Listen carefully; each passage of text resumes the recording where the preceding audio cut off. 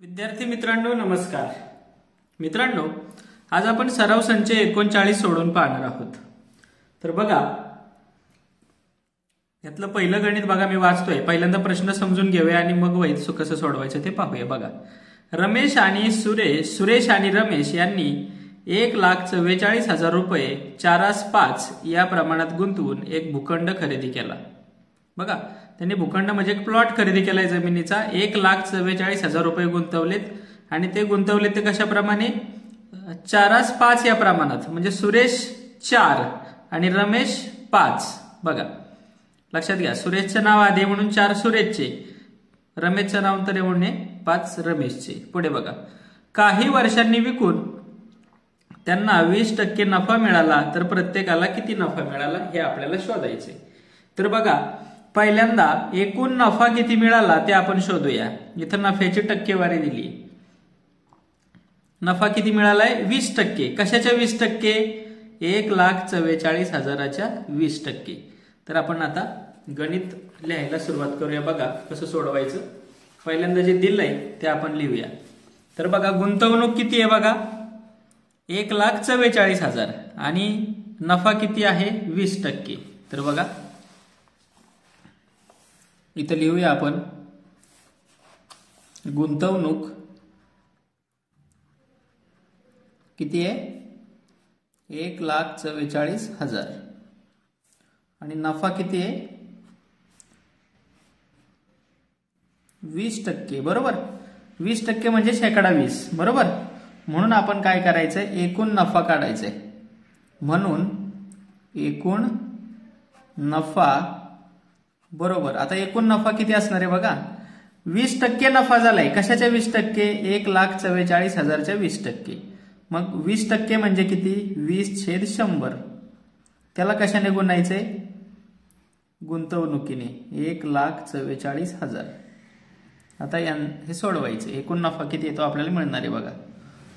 ह्या शून्याला हा शून्य गेला, या शून्याला हा शून्य गेला, बरोबर। आता यांचा गुणाकार, तर बघा 144ला 2 ने गुणल्यावर येतात 288 आणि शेवटी किती शून्य आहेत 1 आणि 2। 20 गुणिले 1440 केला आपण 1440, किती आलं 288 वर 2 शून्य, म्हणजे नफा किती झाला त्यांना 28,800 रुपये एवढा काय झाला त्यांचा एकूण नफा झाला।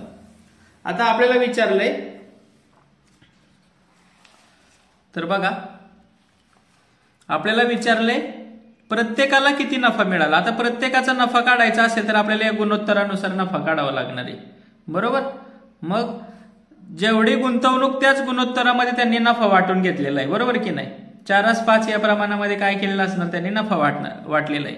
4 सुरेशचं नाव आधी म्हणून सुरेशचे 4, रमेशचं नाव नंतर म्हणून रमेशचे 5। सुरेश आणि रमेश यांच्या नफ्याचं गुणोत्तर किती आहे 4:5। मग या ठिकाणी आपण म्हणूया सुरेश व रमेश यांच्या नफ्याचे गुणोत्तर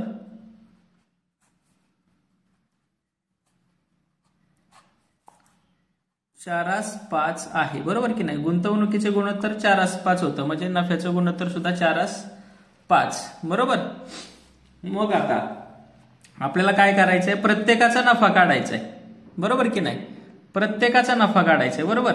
मग आपण त्यांच्या नफ्याची समानपट x मानायची। मग सुरेशचा नफा किती आहे, मग समजा इथं म्हणूया सुरेशचं नाव आधी म्हणून सुरेशचा नफा किती 4x, सुरेशचा 4x नफा आहे समजा, म्हटलं इथं समजा सुरेशचा 4x नफा आहे व रमेशचा 5x नफा आहे असं आपण मानलं, कारण की त्यांचं गुणोत्तर 4:5 होतं। मग आता बघा या दोघांचा मिळून नफा किती आहे बघा 28,800, म्हणजेच 4x अधिक 5x बरोबर किती आहे 28,800, बरोबर। तर आता बघा 4x आणि 5x यांची बेरीज केली तर किती येते 9x बरोबर 28,800। आता बघा मग एक्स बरोबर किती येणार आहे बघा, 28,800. हा 9 इकडे गुणिले तर इकडे आल्यावर तो काय होणार, भागिले होणार. बघा मग 9 ने 2 28,800 ला भागल्यावर किती येणार आहे बघा, 28 जवळ संख्या 9 त्रिक 27, एक उरला 9 दुने 18, 9 0 0 9 0 0. तुम्ही बाजूला भागाकार करून पाहू शकता, 28,800 भागिले 9 असं सुद्धा करू शकताय. मला शॉर्टकट येतोय. तर एक्स बरोबर किती आलंय बघा, 3,200. बरोबर, एक्स बरोबर किती आलं, 3,200. मग आता प्रत्येकाचा नफा इथं म्हणूया, सुरेशचा नफा. सुरेशचा नफा आपण सुरेशचा नफा किती मागे मानला होता, 4x. बरोबर, म्हणजे 4 गुणिले x. x ची किंमत किती आहे, 3,200. आता बघा 3,200 ला गुणूया आपण. आता बघा 4 0 0 4 0 0 4 दुने 8 4 त्रिक 12. सुरेशचा नफा किती झाला, 12,800 रुपये. आता रमेशचा नफा. रमेशचा नफा आपण किती मानला होता, 5x. म्हणजे 5x. 5 गुणिले 3,200. x म्हणजे किती, 3,200. तर आता बघा 5 0 0 गुणाकार करूया. 5 0 0 5 दुने 10 हातचा आला 1, 5 त्रिक 15 15 आणि 1 16,000 रुपये. बघा आता कळलं कसं सोडवलं. बघा एकदा कसं सोडवलेलं आहे. तर अशा पद्धतीने हे सोडवायचं आहे. मग या ठिकाणी आपण शेवटी उत्तर सुद्धा लिहू शकतोय. सुरेशला 12,800 रुपये तर रमेशला 16,000 रुपये नफा मिळाला.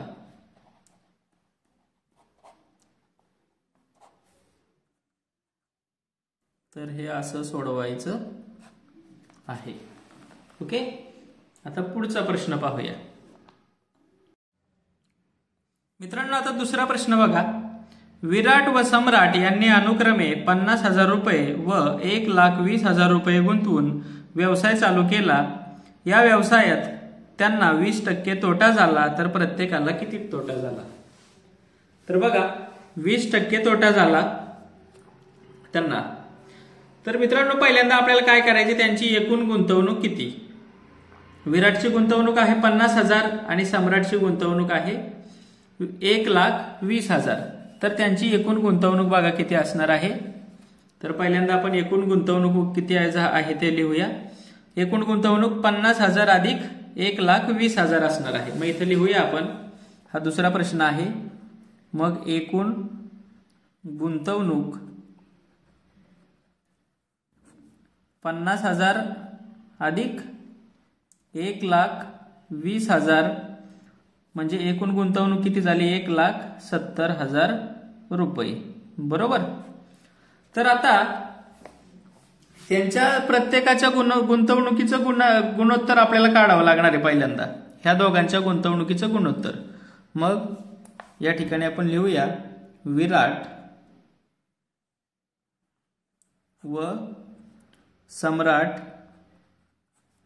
यांच्या गुंतवणुकीचे गुणोत्तर. बघा आता गुणोत्तर, विराट व सम्राट यांच्या गुंतवणुकीचे गुणोत्तर. तर बघा आता विराटची गुंतवणूक किती होती, 50,000. सम्राटची गुंतवणूक किती होती, 1,20,000. बरोबर का. आता भाग घालूया. शून्याला शून्य गेला, शून्याला शून्य गेला, शून्याला शून्य गेला, शून्याला शून्य गेला, 5/12 म्हणजे त्यांच्या गुंतवणुकीचं गुणोत्तर किती आलं, 5/12. आता काय म्हटलंय मित्रांनो, त्यांना काय झालाय, 20% तोटा झालाय. काय झालाय त्यांना, 20% तोटा झालाय. बरोबर. मग आपण त्यांचा एकूण तोटा काढूया. एकूण तोटा. आता एकूण तोटा किती झालाय 20%. 20% म्हणजे 20/100. कशाच्या 20%? एकूण गुंतवणुकीच्या 20% झालेला आहे. मग एकूण गुंतवणूक किती होती त्यांची? 1,70,000. बरोबर. मग आता भाग घालू. या शून्याला हा शून्य गेला, या शून्याला हा शून्य गेला. आता इथं गुणाकार होणार.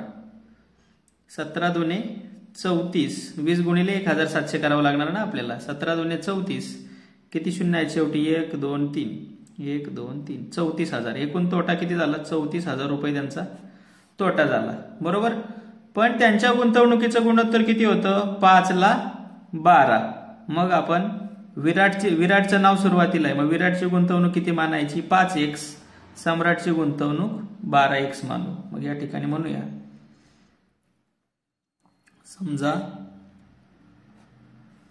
विराटची गुंतवणूक, विराटच्या त्यांच्या तोट्याचं सुद्धा गुणोत्तर किती असणार आहे? 5/12. मग समजा म्हणूया आपण विराटचा तोटा 5x व सम्राटचा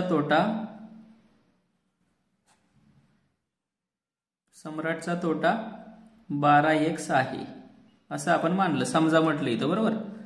तर बघा, तर त्या दोघांचा तोटा मिळून म्हणून 5x अधिक 12x या दोघांचा मिळून तोटा किती झालाय? 34,000 रुपये. बरोबर. 5 आणि 12 यांची बेरीज केली तर किती येते? 17x. बरोबर. 34,000. आता 17 इथं गुणिले. बरोबर. 17x गुणिले तर इकडे आल्यावर तो काय होणार? भागिले होणार. 34,000 भागिले 17. बरोबर. 34,000 भागिले 17. 17 दुने 34. 17 0 0. 17 0 0. 17 0 0. 34,000ला 17 ने भागल्यावर किती येतं? 2,000. म्हणजेच x बरोबर किती आलंय? 2,000. बरोबर. मग आता आपण विराटचा तोटा गुणोत्तराप्रमाणे किती घेतला होता? 5 म्हणजे 5x घेतला होता. बरोबर की नाही? आणि सम्राटचा 12x. तर बघा, मग विराटचा तोटा पहिल्यांदा घेऊया. विराटचा तोटा किती होता? 5x. म्हणजेच 5 गुणिले x म्हणजे किती आहे? 2,000. 5 दुने 10,000 रुपये. हा झाला विराटचा तोटा. आता सम्राटचा तोटा.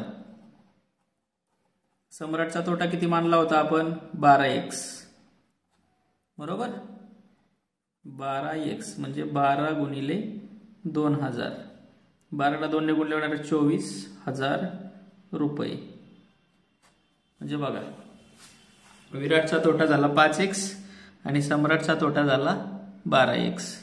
5x म्हणजेच 5 गुणिले 2,000 म्हणजेच 10,000. तर बघा, हे असं सोडवायचं आहे. व्यवस्थित समजून घ्या. मग या ठिकाणी आपण म्हणूया विराटचा तोटा 10,000 रुपये, तर सम्राटचा तोटा 24,000 रुपये आहे. असं शेवटी उत्तर लिहायचं आणि हे असं सोडवायचं आहे. बघा, व्यवस्थित समजून घेतलं की ते तुम्हाला सोडवता येणार आहे. अगदीच काही अवघड नाही. तर पुढचा प्रश्न पाहूया मित्रांनो. आता तिसरा प्रश्न बघा. श्वेता, पियुष आणि नचिकेत या तिघांनी मिळून सोलापुरी चादर व टॉवेल विकण्याचा व्यवसाय 80,000 रुपये गुंतवून सुरू केला. त्यापैकी श्वेताचे भांडवल 30,000 रुपये होते व पियुषचे भांडवल 12,000 रुपये होते. त्यांना वर्षा अखेरीस 24% नफा झाला. तर नचिकेतची भागीदारी किती होती? नचिकेतला मिळालेल्या नफ्याची रक्कम किती? तर बघा, या तिघांनी पैसे गुंतवलेत आणि व्यवसाय सुरू केलाय. एकूण पैसे गुंतवलेत 80,000. श्वेताने गुंतवले 30,000. पियुषने गुंतवले 12,000. नचिकेतने किती गुंतवले ते आपल्याला शोधायचं आहे. बरोबर. 80,000 मधले 30,000 रुपये श्वेताचे आहेत आणि 12,000 रुपये कुणाचे आहेत? पियुषचे आहेत. मग नचिकेतचे पैसे किती आणि त्या पैशावर त्याला 24% नफा झालाय, तर नचिकेतला नफा किती मिळाला ते सुद्धा आपल्याला शोधायचे. तर बघा 80,000 पैकी 30,000 आणि 12,000 यांची बेरीज केली आणि त्या 80,000 मधून वजा केले तर उरलेले पैसे कोणाचे असणार आहेत? नचिकेतचे. तर बघा आता आपण या ठिकाणी आपण पहिल्यांदा लिहूया श्वेताची गुंतवणूक. श्वेताची गुंतवणूक किती आहे बघा? श्वेताची गुंतवणूक किती आहे बघा? श्वेताचे भांडवल 30,000 रुपये, बरोबर? श्वेताची गुंतवणूक किती झाली मग? 30,000. त्यानंतर अजून कोण इथं? पियुष आहे. पियुषची गुंतवणूक किती आहे? 12,000. बघा इथं दिलंय पियुषचे भांडवल किती आहे? 12,000, बरोबर? मग या ठिकाणी पियुषची गुंतवणूक आपण म्हणूया 12,000. आणि नचिकेतची गुंतवणूक, नचिकेतची गुंतवणूक किती आहे आपल्याला माहित नाही, पण आपण यासाठी एक अक्षर मानूया. नचिकेतची गुंतवणूक आपण वाय मानू असं म्हणायचं किंवा मानले आहे. नचिकेतची गुंतवणूक आपण वाय मानू. आणि एकूण गुंतवणूक किती आहे बघा? 80,000 रुपये, बरोबर की नाही? एकूण गुंतवणूक किती आहे? 80,000 रुपये, बरोबर? आता बघा आता हे कसं सोडवायचं? एकूण गुंतवणूक नचिकेतने किती पैसे गुंतवले ते आपल्याला शोधायचे, बरोबर? कोणाची गुंतवणूक? श्वेताची गुंतवणूक.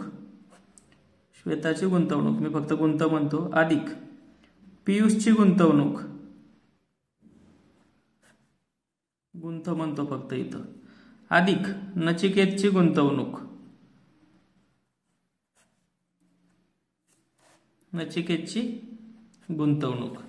आता बघा एकूण गुंतवणूक किती आहे बघा? 80,000. त्यातले श्वेताचे किती आहेत? 30,000. पियुषचे किती आहेत? 12,000. नचिकेतची गुंतवणूक आपल्याला माहित नाही, आपण नचिकेतची गुंतवणूक किती मानलेली आहे? वाय मानलेली आहे, बरोबर? मग 80,000 तसंच राहणार. या दोघांची बेरीज होणार 30,000 आणि 12,000 किती होणार? 42,000 अधिक वाय. आता 80,000 तसंच राहणार. 42,000 इकडे अधिक आहे, इकडे आल्यानंतर वजा होणार, वजा 42,000 बरोबर वाय. आता 80,000 मधून 42,000 वजा केल्यावर किती उरतात मित्रांनो? तर उरतात 38,000 बरोबर वाय. म्हणजेच नचिकेतची गुंतवणूक किती आली? इथं लिहूया. म्हणून वाय बरोबर 38,000. आणि 38,000 आपण वाय म्हणजे काय मानलं होतं आपण? नचिकेतची गुंतवणूक, बरोबर? मग इथं म्हणूया नचिकेतची गुंतवणूक किंवा नचिकेतचे भांडवल 38,000 रुपये होते, बरोबर? आपल्याला एका प्रश्नाचं उत्तर मिळालं त्यातल्या. आता आपल्याला काय शोधायचंय? त्यांना काय झालंय? वर्षाअखेरीस 24% नफा झालाय, बरोबर? आणि तर नचिकेतला मिळालेल्या नफ्याची रक्कम किती? तर बघा आता समजा 24% नफा झाला, समजा श्वेताला किती नफा होणार मग? 30,000च्या 24%. पियुषला किती नफा होणार? 12,000च्या 24%, बरोबर? त्याच्या गुंतवणुकीच्या 24%. बघ नचिकेतला नफा किती होणार? त्याची गुंतवणूक होती 38,000, मग त्याला नफा किती होणार? 38,000च्या 24%. मग आपण या ठिकाणी म्हणूया नचिकेतचा नफा किती असणार आहे? त्याच्या गुंतवणुकीच्या 24%, म्हणजेच 38,000च्या 24%. 38,000च्या 24% म्हणजे किती?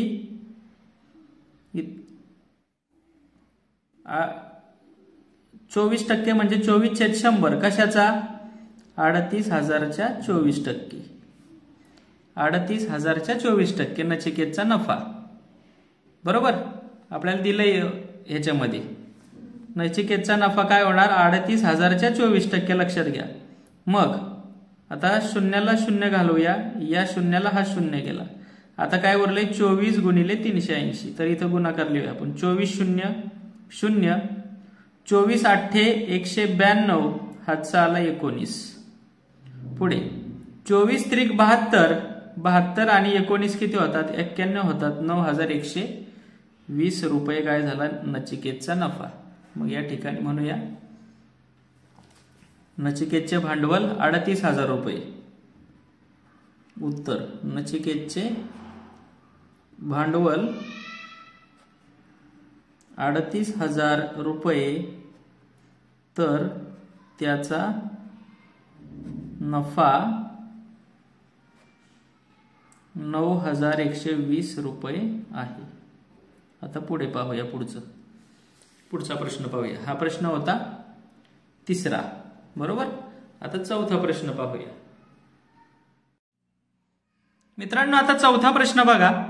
अ व ब यांनी मिळालेला 24,500 रुपये नफा 3/7 या प्रमाणात वाटून घेतला.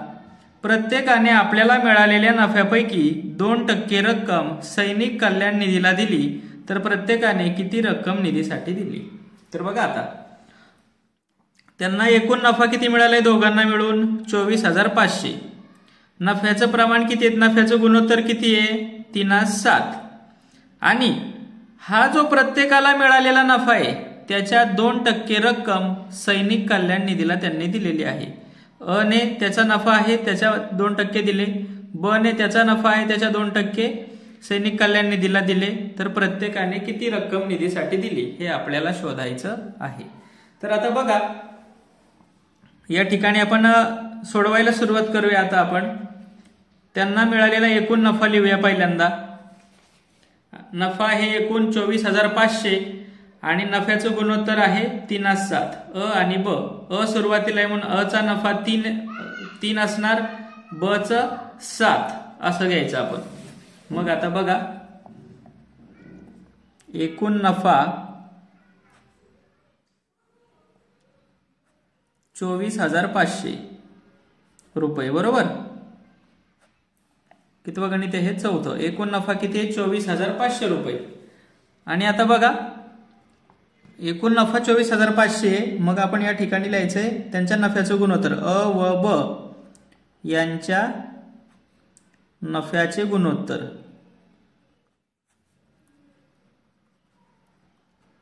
किती असणार आहे 3/7 म्हटलंय. बरोबर की नाही 3/7. आता प्रत्येकाला मिळालेला जर आपल्याला नफा काढायचा असेल तर आपण अ चा नफा 3x मानूया आणि ब चा नफा 7x मानूया, कारण की अ चं नाव आधी. बरोबर की नाही. मग आपण म्हणूया समजा अ चा नफा 3x व ब चा नफा 7x आहे. बरोबर. आता या दोघांचा नफा मिळून किती आहे 24,500. म्हणून 3x अधिक 7x बरोबर किती येणार 24,500. बरोबर. मग या दोघांची बेरीज 3x आणि 7x 10x बरोबर 24,500. x तसाच राहणार 24,500. हा 10 इकडं गुणिले इकडं भागिले होणार. x बरोबर किती येते बघा 0, इथला 0. x बरोबर किती आला 2,450. बरोबर. मग अ चा नफा किती मानलाय आपण 3x. अ चा नफा किती मानलाय आपण 3x. या ठिकाणी म्हणूया अ चा नफा 3x. बरोबर. म्हणजे किती 3 गुणिले 2,450. 3 0 0, 3 5 15, हातचा आला 1, 3 चौक 12, 12 आणि 1 13, हातचा आला 1, 3 2 6, 6 आणि 1 7, 7,350 रुपये अ चा नफा झाला. आता ब चा नफा किती मानला आपण 7x, ती 7 गुणिले 2450. तर बघा 7 0 0, 7 5 35, हातचा आला 3, 7 चौक 28, 28 आणि 3 31, हातचा आला 3, 7 दुने 14, 14 आणि 3 17, 17,150 रुपये. बरोबर. तर हा झाला ब चा नफा. आता त्यांनी सैनिक कल्याण निधीला किती दिले? प्रत्येकाने 2% दिले. बरोबर. मग आपण या ठिकाणी म्हणूया अ ने सैनिक कल्याण निधीला दिलेली रक्कम प्रत्येकाने 2% दिली. बरोबर की नाही? 2% म्हणजे 2/100. कशाच्या? आपल्या नफ्याच्या. 7,350च्या 2%. अ ला नफा झाला होता 7,350, मग त्याच्या 2%, 7,350. बरोबर. किती होतात बघा. या शून्याला हा शून्य गेला. बरोबर. बे 1 बे, बे 5 10 आणि 5 ने ह्याला भागूया. 5 1 5, 2 उरला, 5 चौक 20, 3 उरला, 5 7 35, 147 रुपये. अ ने सैनिक कल्याण निधीला किती रुपये दिले? 147 रुपये दिले. बरोबर. आता ब ने सैनिक क म्हणतो सैनिक कल्याण निधीला दिलेली रक्कम 2%च दिले ह्याने सुद्धा. कशाच्या? त्याच्या नफ्याच्या. मग ब चा नफा किती होता? 17,150. 17,150चे 2%, 17,150. बरोबर. हा 17,150. शून्याला शून्य गेला. बे 1 बे, बे 5 10, 5 ने ह्याला भागूया.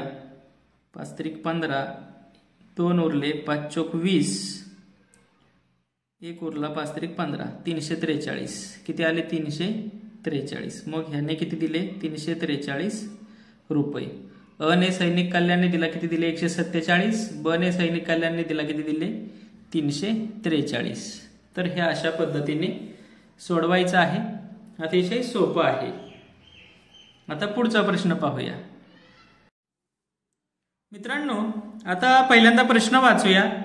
जया, सीमा, निखिल आणि निलेश यांनी व्यवसायासाठी 3, 4, 7, 6 या प्रमाणास 3,60,000 रुपयांची भागीदारी केली. तर जयाचे भांडवल किती रुपये होते?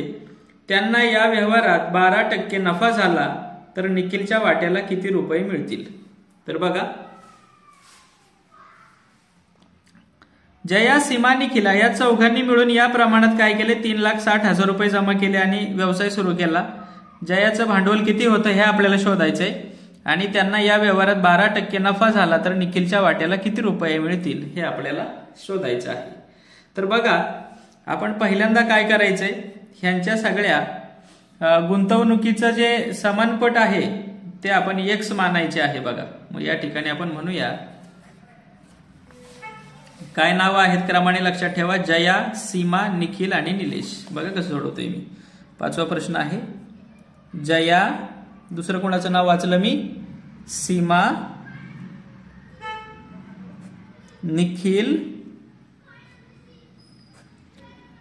निलेश यांच्या गुंतवणुकीची समानपट x मानू. बघा, आता यांच्या गुंतवणुकीची समानपट x मानली तर त्यांचं गुणोत्तर किती आहे? 3, 4, 7, 6. मग जयाची गुंतवणूक किती होईल? 3x. सीमाची गुंतवणूक किती होईल? 4x. निखिलची गुंतवणूक 7x आणि निलेशची गुंतवणूक किती होईल? 6x. तर आपण लिहून घेऊया. म्हणून जयाची गुंतवणूक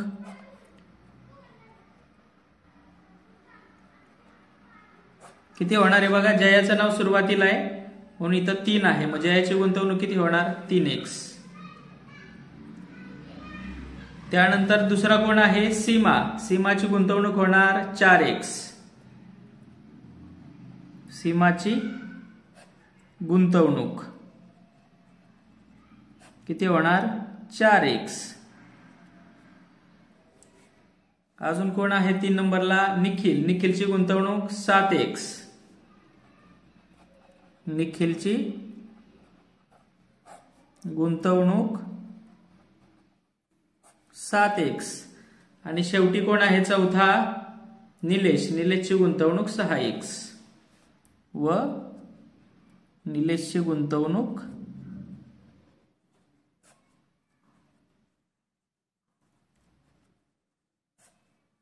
6x मानू.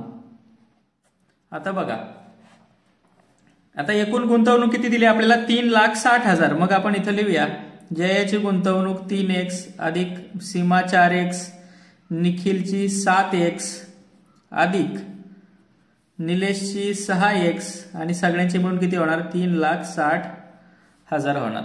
बरोबर. तर आता बघा यांची बेरीज करूया. 3 आणि 4 7, 7 आणि 7 14, 14 आणि 6 20, 20x बरोबर 3,60,000. x तसाच राहणार 3,60,000 भागिले 20 इकडे गुणिले आहे तो इकडे भागिले होणार. बरोबर. शून्याला शून्य गेला. आता 2 ने 36,000 ला जर आपण भागलं तर किती होणार मित्रांनो 18,000 होणार. किती होणार 18,000 होणार. 18,000. x बरोबर किती येणार आहे 18,000 येणार आहे. x बरोबर 18,000 इथं लिहूया आपण. x बरोबर 18,000. मग आता आपल्याला पहिला प्रश्न काय विचारलाय, पहिला प्रश्न विचारलाय जयाचे भांडवल किती रुपये होते. मग आता जयाची गुंतवणूक किती होती 3x. बरोबर. मग या ठिकाणी आपण लिहूया जयाचे भांडवल, जयाचे भांडवल, जयाची गुंतवणूक किती होती 3x. म्हणजेच 3 गुणिले x किती आलाय 18,000. 3 गुणिले 18,000, 18 त्रिक 54,000 रुपये. जयाचं भांडवल किती झालं 54,000 रुपये. एका प्रश्नाचं उत्तर मिळालं आपल्याला.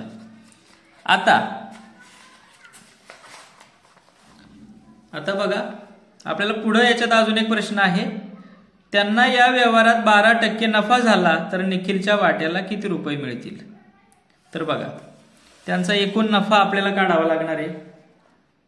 निखिलच्या वाट्याला किती रुपये मिळतील हे आपल्याला काढावं लागणार आहे. आणि त्यासाठी आपल्याला त्यांचा पहिल्यांदा एकूण नफा काढावा लागणार आहे. बरोबर.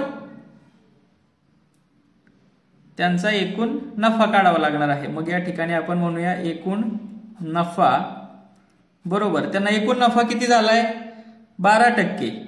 म्हणजेच 12/100. कशाच्या 12%. एकूण गुंतवणूक होती 3,60,000 त्याच्या 12%. 3,60,000. आता भाग घालूया. शून्याला शून्य गेला, शून्याला शून्य गेला. 12 गुणिले 3,600 तर 12 शून्य शून्य, 12 शून्य शून्य, 12 सक 72, 72 चा 2, हातचा आला 7, 12 त्रिक 24, सॉरी 12 त्रिक 36, 12 त्रिक 36, 36 आणि 7 43, 43,200 रुपये काय झालाय त्यांचा एकूण नफा झालाय. बरोबर मित्रांनो. एकूण नफा झाला आहे 43,200. बरोबर. एकूण नफा झाला आहे 43,200. त्यापैकी आपल्याला काय शोधायचं आहे निखिलचा नफा किती झालाय ते आपल्याला शोधायचे. प्रश्न विचारले निखिलच्या वाट्याला किती रुपये मिळाले. बरोबर. तर बघा आता निखिलच्या वाट्याला किती रुपये मिळाले बघा कसं शोधूया आपण. आता त्यांच्या नफ्याचं एकूण गुणोत्तर किती होतं बघा. सगळ्यांचा नफा एकत्र केला तर ते होता 20x. 20x पैकी निखिलची गुंतवणूक किती होती 7x. मग आपण काढूया निखिलचा नफा कसा काढायचा बघा. निखिलचा नफा तर लिहूया निखिलचा नफा बरोबर एकूण होते 20x. त्यापैकी 7x कोणाचे होते निखिलचे होते. आणि एकूण नफा किती झालाय 43,200. एकूण नफा किती झालाय 43,200. आता बघा x ला x कट झाला बरोबर. आता 20 ने 43,200ला भागूया. 20 दुने 40, 3 उरला, 32 झाले. बरोबर. 32 ला जवळची संख्या 20 एक्के 20, 12 उरले, 20 सक 2000, 20 शून्य 0 आणि आता यांचा गुणाकार करूया. तर बघा 7 शून्य,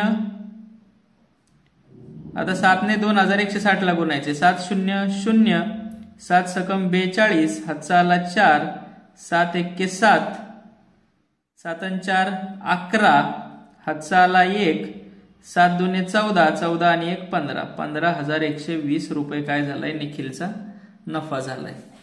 बघा बघा आता कसं सोडवलंय मी ते. व्यवस्थित एकदा व्यवस्थित असं बघून घ्या आणि लिहून घ्या वहीमध्ये. तर बघा हे असं सोडवलेलं आहे. बघा आणि आपल्याला 2 उत्तर काढायची होती. जयाचं भांडवल किती आणि निखिलचा नफा किती. तर आपण या ठिकाणी म्हणूया आता जयाचे भांडवल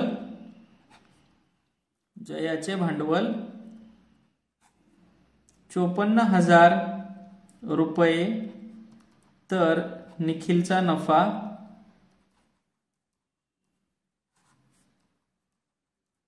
15,120 रुपये आहे. असं आपण